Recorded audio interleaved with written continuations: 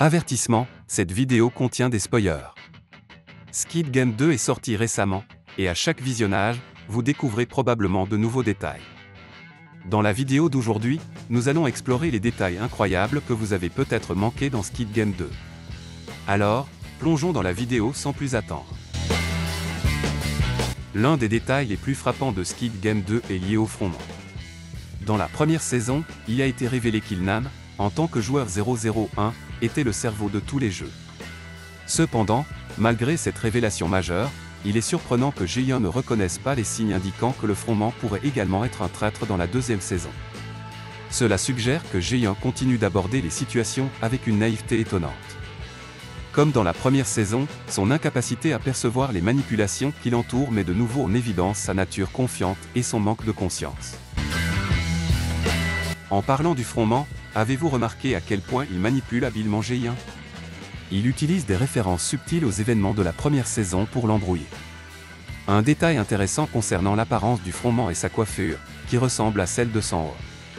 Serait-ce un choix délibéré pour affecter Jae-yoon sur le plan émotionnel ? Un autre détail remarquable est ce que l'on pourrait appeler la « scène du lait ». Dans la première saison, Jae-yoon donnait son lait à Ali, expliquant qu'il ne pouvait pas boire de lait nature. Dans la deuxième saison, dans une scène similaire, nous voyons le fondement donner du lait à une femme enceinte pour la même raison. Il s'agit là d'un autre indice montrant que le fondement planifie méticuleusement chaque détail. Il y a également eu un incident suspect pendant le jeu de liaison. Lorsque le fondement a quitté le groupe, personne n'a vu où il était allé.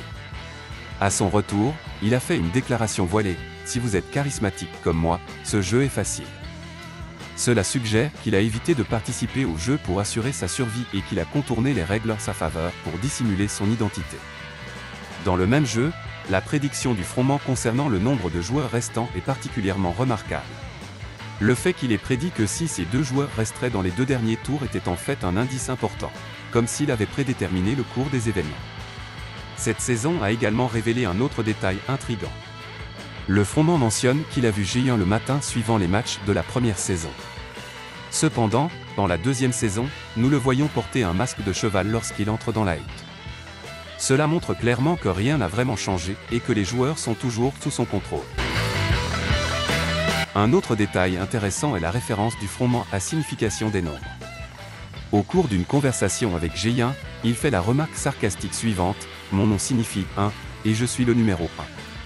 Ton nom signifie nom de famille, et tu es le numéro 456. » Son rire face à cette coïncidence souligne le côté ironique et condescendant de son personnage. Le sourire ironique du fondement face aux notions de sacrifice et d'effort pour le bien de Jae-yoon est un autre détail intrigant. Cette réaction ne reflète pas seulement sa vision cynique du monde, mais laisse également entrevoir des développements possibles dans la troisième saison. En outre, les compétences extraordinaires du front en matière de combat méritent d'être soulignées. Ses capacités suggèrent qu'il a probablement un passé dans les forces de sécurité ou l'armée. Cependant, Jae-yoon choisit d'ignorer ses compétences ou ne veut pas les reconnaître. Autre détail notable, les numéros des cartes à jouer ont été modifiés. Le numéro de la carte de Squid Game a été remplacé par le 456, qui était le numéro de Jae-yoon lors de la compétition. C'est un autre exemple des manipulations psychologiques du fondement. Enfin, saviez-vous qu'il y avait un problème avec le numéro de téléphone utilisé dans la première saison de l'émission ? Il appartenait à une véritable femme coréenne qui a été inondée d'appels de harcèlement. En raison de ce problème, Netflix a dû modifier les scènes concernées et remplacer le numéro par un autre. Parlons d'un détail remarquable dans le deuxième jeu, la scène de la toupie du fondement. Il échoue lors de sa première tentative avec la main droite, mais réussit lorsqu'il passe à la main gauche. Ce détail n'est pas une coïncidence. Dans la saison 1, nous avons vu qu'il était gaucher lors de la scène où il tire sur l'épaule de son frère. Il est clair que le fondement a délibérément prolongé ce jeu. Son but n'était pas seulement de mettre Jae-yoon mal à l'aise, il s'agissait également d'une manœuvre stratégique visant à réduire l'avantage du groupe de Jae-yoon. Plus profondément, il s'agissait d'un jeu psychologique destiné à gagner la confiance des groupes. L'organisation des groupes dans le jeu final faisait également partie des plans du fondement. Plus précisément, le fait de désavantager l'équipe de Jae-yoon au cours des 6 jeux de relais était une manœuvre calculée. Cette stratégie a permis au fondement de se protéger en s'assurant que, si sa véritable identité était révélée, il pourrait éliminer tout le groupe. C'est pourquoi son échec au jeu de la toupie l'a mis en colère. S'il avait échoué complètement, il aurait été contraint d'éliminer Ji-1 plus tôt que prévu, mettant en péril le rôle de héros qu'il entendait conserver jusqu'au 7e épisode. Un détail concernant la nourriture éclaire les messages plus profonds de la série. Dans la culture coréenne, les rouleaux de riz ne sont jamais mangés avec une fourchette, ils sont traditionnellement servis à la main ou avec des baguettes en bois. Cependant, dans Squid Game, les joueurs reçoivent des fourchettes. Ce choix n'est pas une coïncidence, les fourchettes peuvent aussi servir d'armes potentielles. En fournissant des fourchettes, les organisateurs créent délibérément des occasions pour que les joueurs se blessent entre eux. Une situation similaire se produit dans la première saison, lorsque Ji-1 se voit servir un steak. Le fait que les joueurs reçoivent des couteaux en métal dans cette scène indique clairement que les organisateurs les encouragent à s'éliminer mutuellement. Il devient évident que le froment intègre ces outils dans un plan calculé visant à accroître les conflits entre les joueurs. Ces détails subtils montrent que l'émission ne se concentre pas uniquement sur les défis physiques, mais aussi sur les limites psychologiques des participants. Parlons d'un personnage remarquable de la deuxième saison, le pêcheur. Bien qu'il semble bienveillant en apparence, il est évident qu'il travaille en réalité contre les personnages principaux. Quels sont les signes qui le révèlent? Dans une scène, lorsqu'Ino est mentionné, le pêcheur demande immédiatement « Est-ce le gars qui a gagné avant ?» Une question particulièrement suspecte. La réponse malaisée du chercheur « Yuno a-t-il dit cela ?» révèle que le pêcheur sait des choses qu'il ne devrait normalement pas savoir.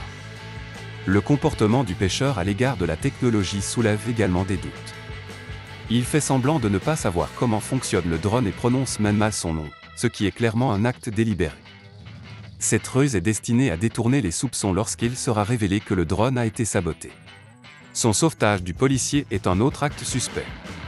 Il semble trop commode que le pêcheur se soit trouvé au bon endroit au bon moment pour le sauver, surtout après que l'officier a mentionné que les îles étaient numérotées par centaines. Cela renforce l'idée que le pêcheur travaille pour le froment, qui veut garder son frère en vie. Comme indiqué dans la première saison, le froment aime son frère malgré tout et souhaite l'avoir à ses côtés. De plus, les efforts répétés du pêcheur pour tromper la task force, poser des pièges dans la baie et déclencher des explosions montrent clairement qu'il fait partie des plans du froment. Il est évident qu'il agit comme une taupe rémunérée depuis 2 ans. L'affirmation du pêcheur selon laquelle il aide la police, gratuitement, manque également de crédibilité.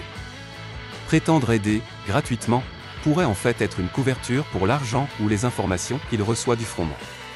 Ces détails suggèrent fortement que le pêcheur travaille pour l'équipe du froment, jouant un rôle stratégique pour faire avancer leur plan. Voici les détails que nous avons remarqués dans la saison 2 de Squid Game.